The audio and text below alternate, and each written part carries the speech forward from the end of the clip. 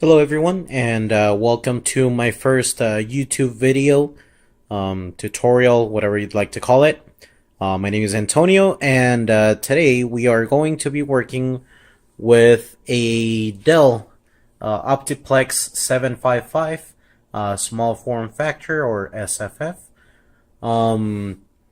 This is actually going to be my first tutorial computer build.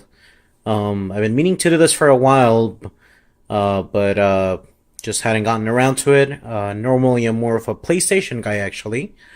But I decided with the announcement of the PS5, it would be an appropriate time to make the switch to PC building.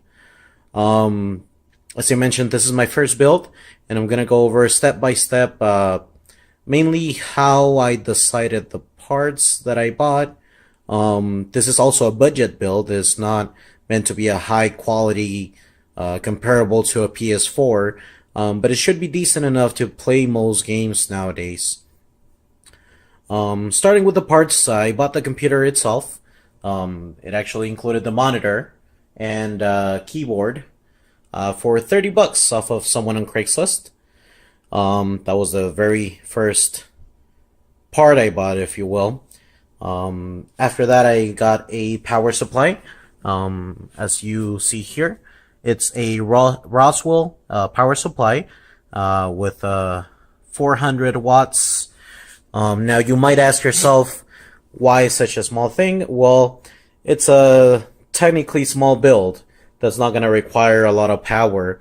As you could probably, as you probably already noticed, the video card I got is a low-profile GeForce GT 1030. It's only 2 gigabytes. Like I said, budget-friendly.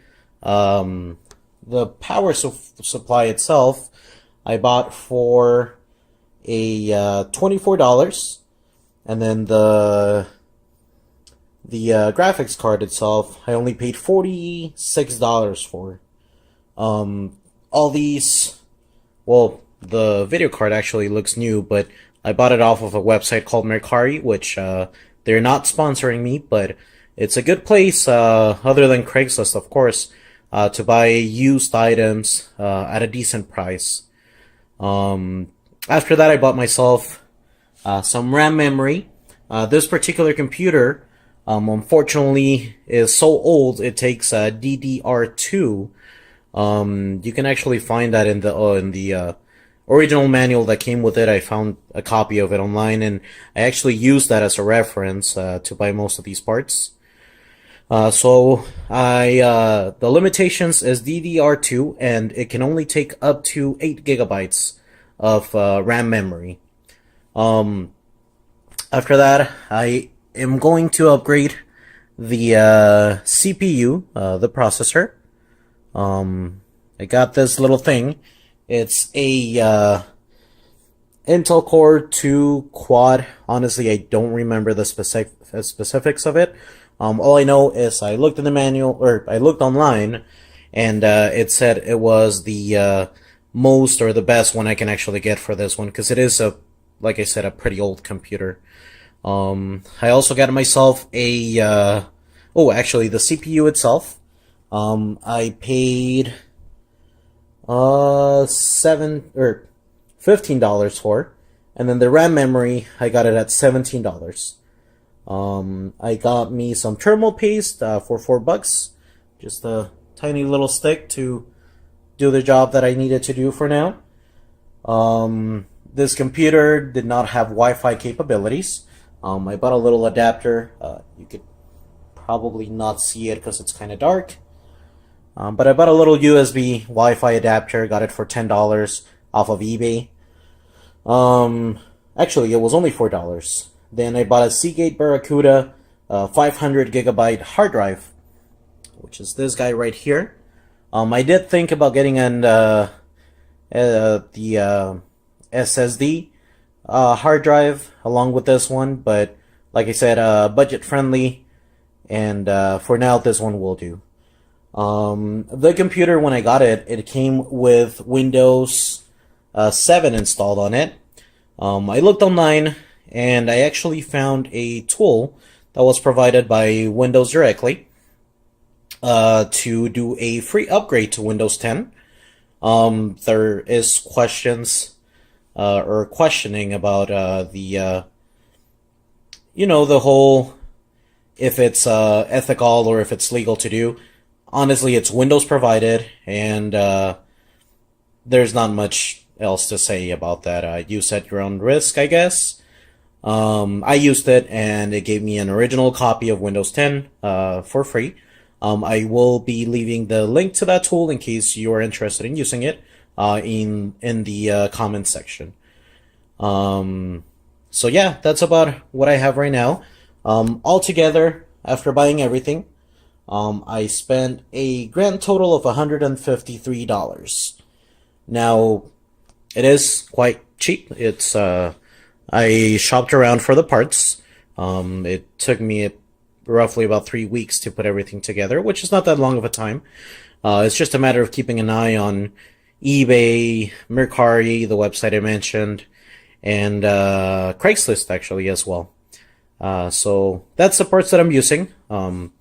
Honestly, after all the research I did, I spent hours, and it seems like these are the best, aside from obviously the power supply and the hard drive.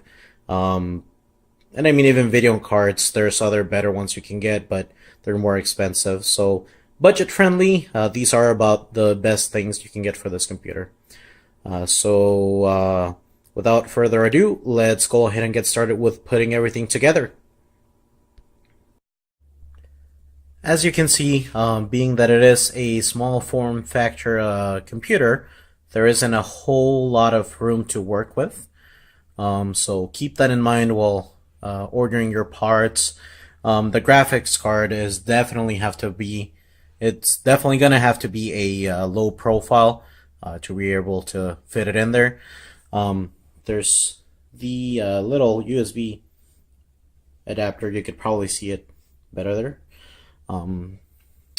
So yeah, there's that. Also, another thing to keep in mind when working on these computers, the power supply that comes originally with it is somewhat of a hard thing to upgrade.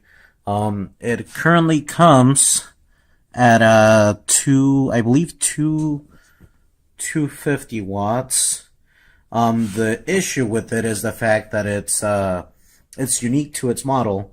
So the power supply that I bought, it's actually not gonna fit in there. Ergo, it's not gonna go in the case that I have it on. I do have a plan to kind of mount it to the side of the computer on the other side where it's currently laying on.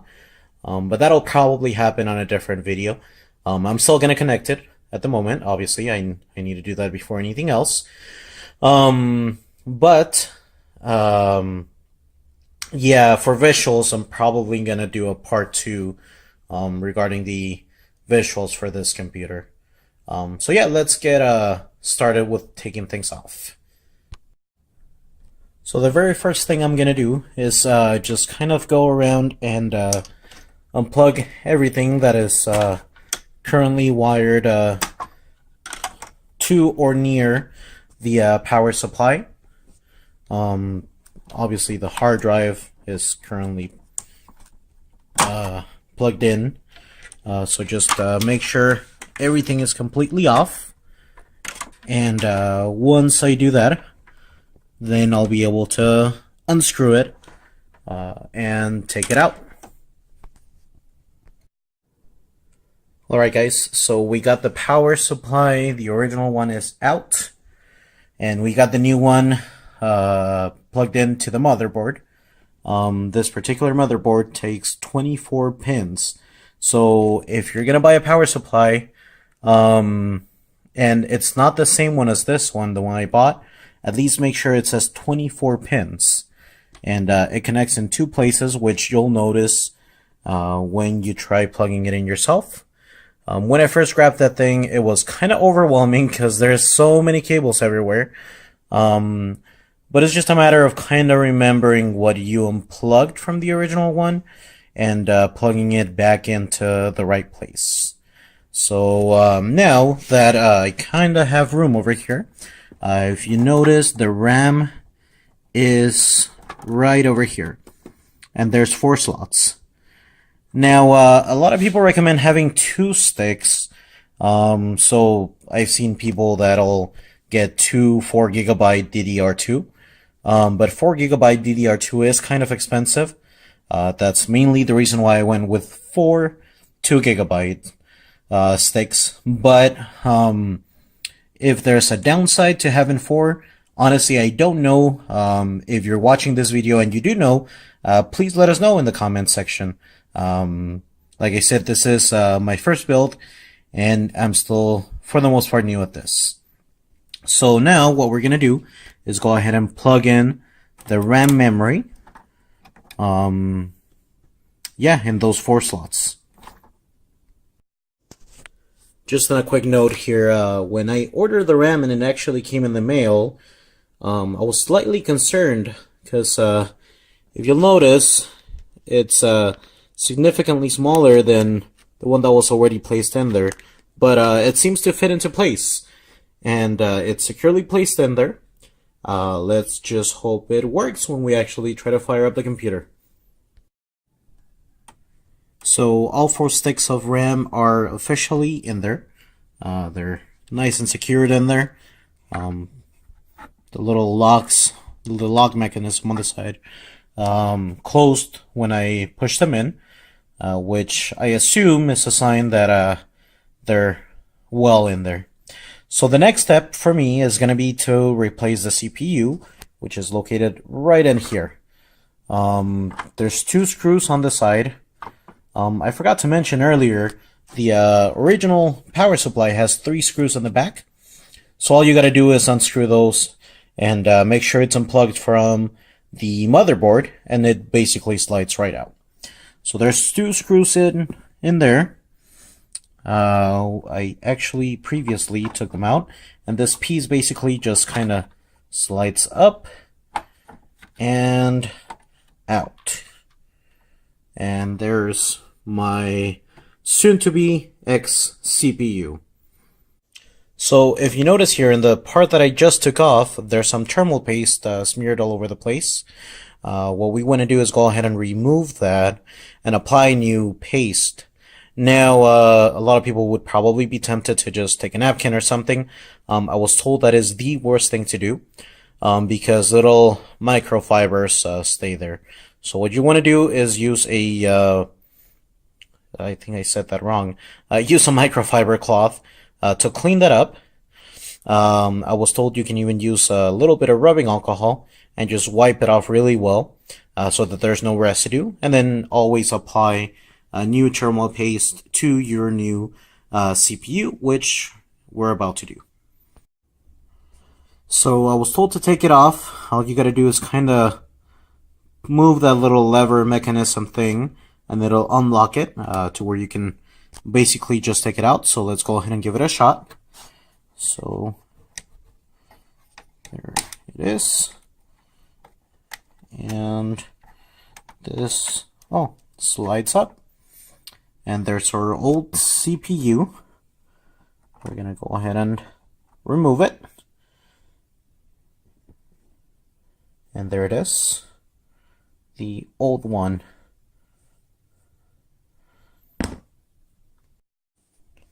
Now if you take a close look at them, on the top right corner there, there's a mark which is gonna guide us and tell us where we need to place it.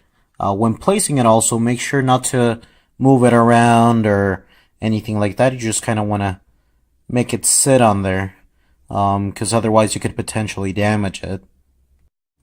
So we got our new processor in. It's sitting there quite nicely. So now the next step is going to be to apply thermal paste, which I got right here.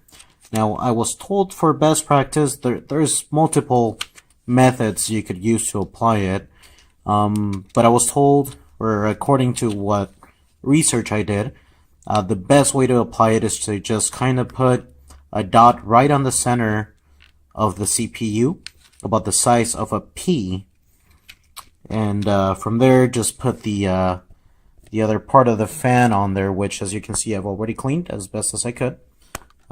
Nice and free of old thermal paste. So let's go ahead and get that done. So we got our paste on there. Now let's go ahead and put this back together. Another thing I found out or researched or ran into while I researched was to avoid touching or smearing that with your fingers, no matter how tempted you might be. You don't want to do that. Plus, bear in mind the CPU is fragile to static, so you could always potentially damage it. Some people like to use the there's a bracelet you can get that prevents you from passing a static charge. I didn't get one. It's not quite a requirement, but if you want to be 100% safe and sure, you can definitely get one of those bracelets. I think it grounds you, and they run about $10 or so.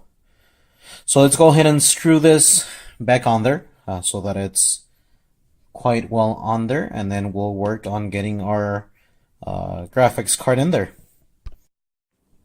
So to put the card in, we need to take one of these little metal plate off. To do that, it's fairly simple.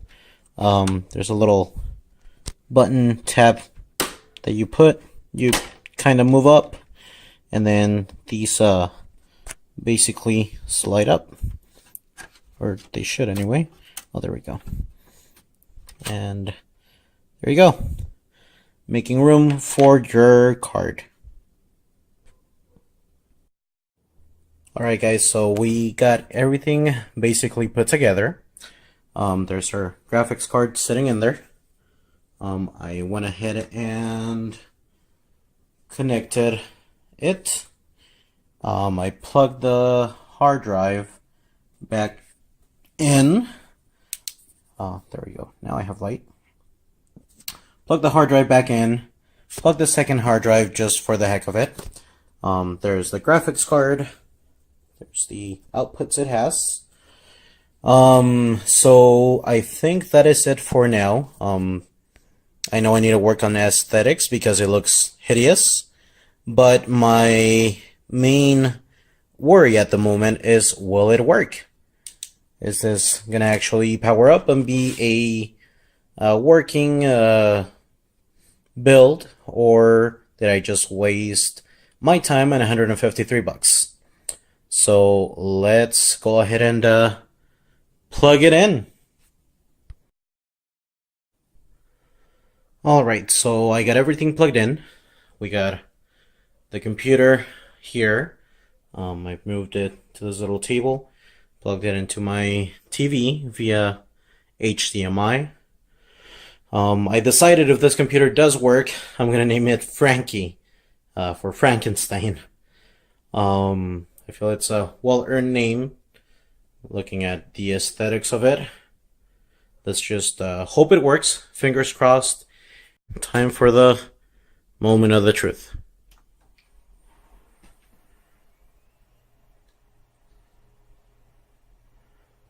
Okay, so it's alive.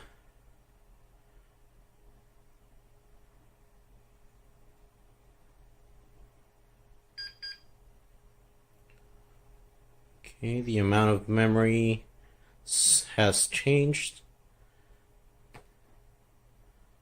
Okay, I think it's probably a good idea if we run diagnostics, so I'm gonna pause the video here, let the computer do its own testing, and fingers crossed it'll go through and work. The testing, and it seems to be alive.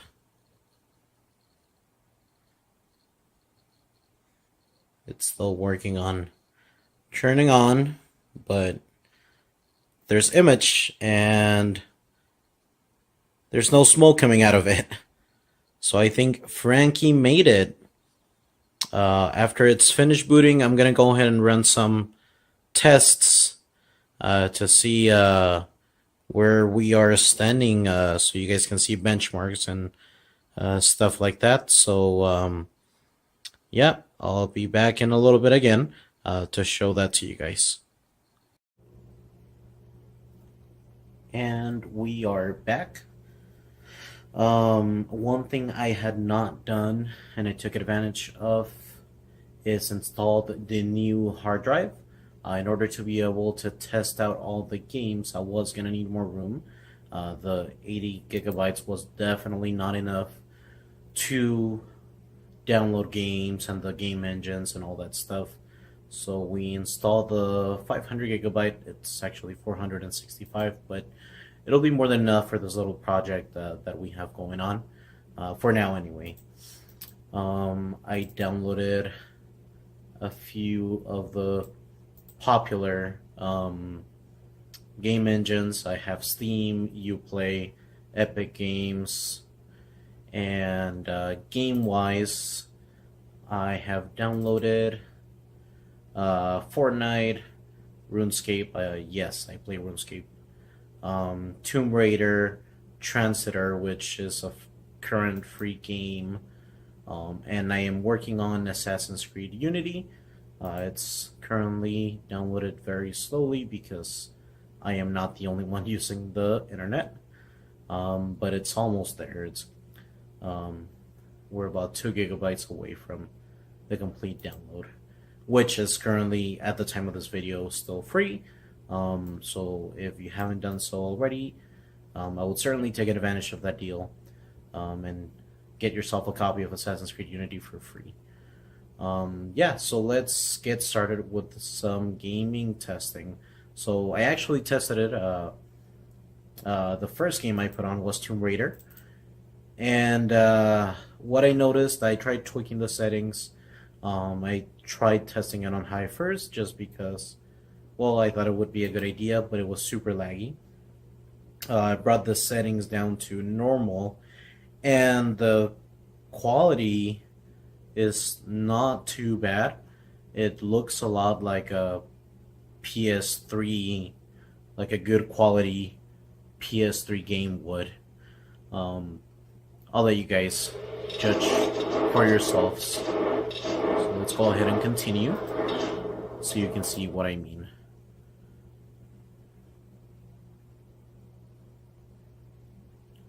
Let's make sure to focus the camera. Cool. So here we are, currently quite at the beginning of the game. If we look around, it does not look bad. I'm getting a good 30 frames per second. It's not amazing by any means, but it's playable. And that is honestly what I was looking for with this build. I was not looking for incredible gameplay, but I was looking for something that was going to kind of do the trick for now. After all, it is a budget build. Seems we entered a cutscene.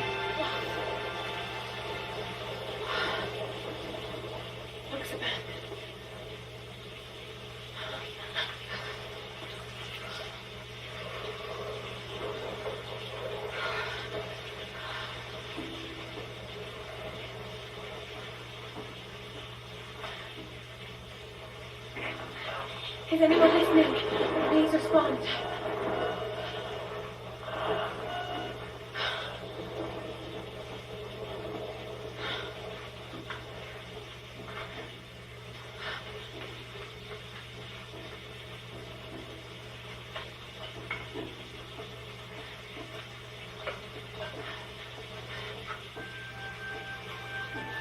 So at the settings we have it at, there's no frame drops. And it's looking quite nice. I mean, it's not 4K, but it definitely could be worse. So there's Tomb Raider, game 1 out of a couple that we're gonna test. I'm gonna pause the video here and jump onto Fortnite, which I've actually never played before. But I figured this would be a good moment to test it out and see the playability of it. So I'll place you guys on pause again, and I'll be back now with Fortnite.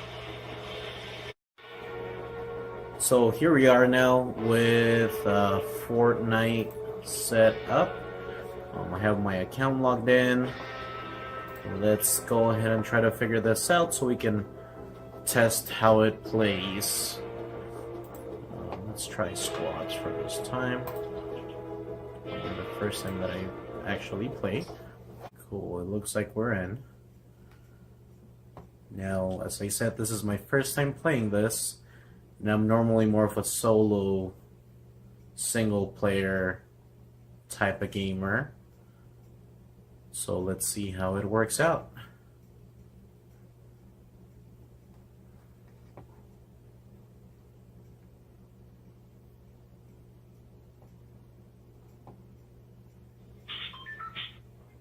Ooh, right off the bat. Oh, what is this? Oh, why is it doing this to me? PP anybody?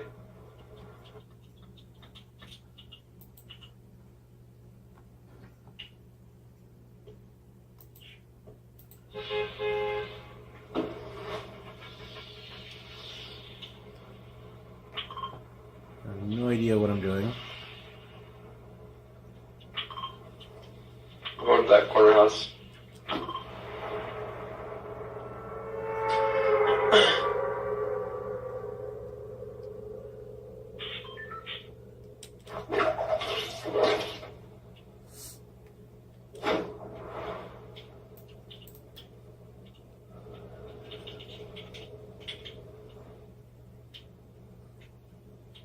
Oh, that's you.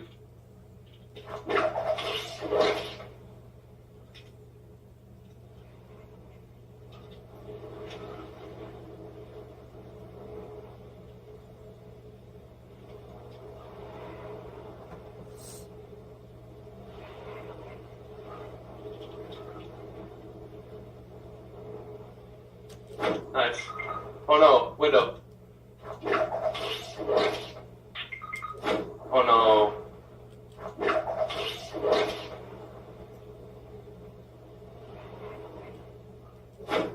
Bruh, come on, CZ. Get over here.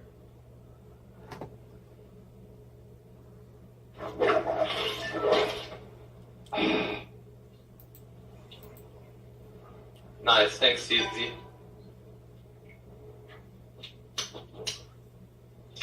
The fuck you expect me to do with the super on me too? Whatever you say, bro. Huh?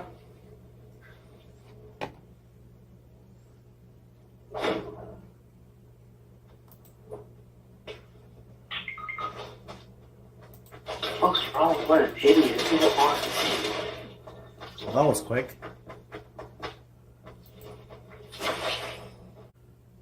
That was not fun at all. Let's go ahead and try that again, I guess.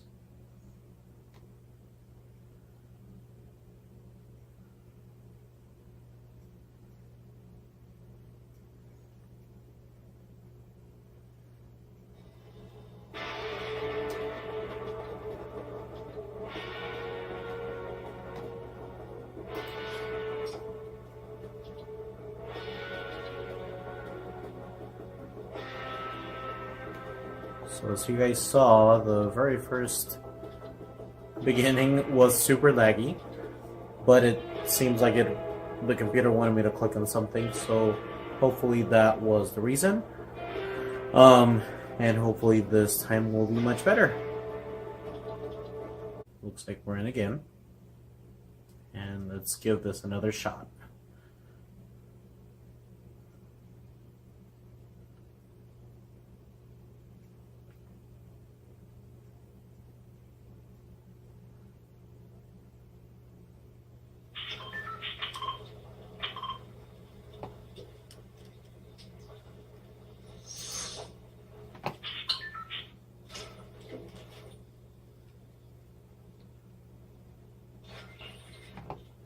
Ooh, how do you use that?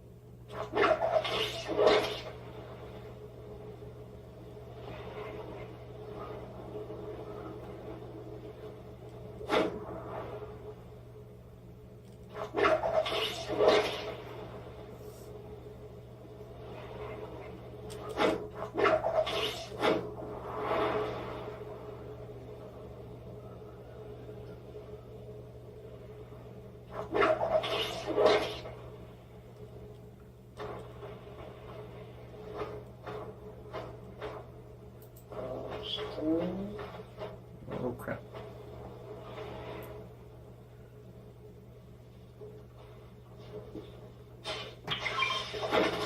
Let's check. Sure.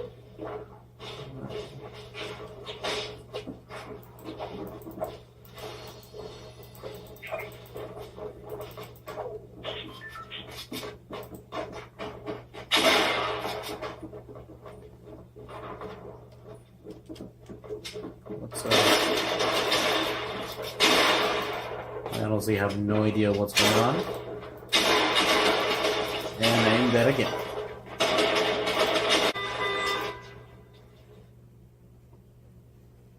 Anyway, it seems playable. I am obviously not... I'm no good at this game, but it's playable. The first time that it lagged, it seems like it was because of that message.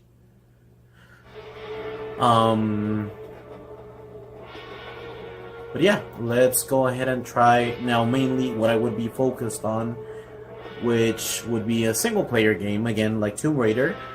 We now tested Fortnite, and the next one is going to be Assassin's Creed. So again, I'm going to go ahead and jump on over now to Assassin's Creed and see how it handles in our budget build. So, I've returned now with Assassin's Creed Unity.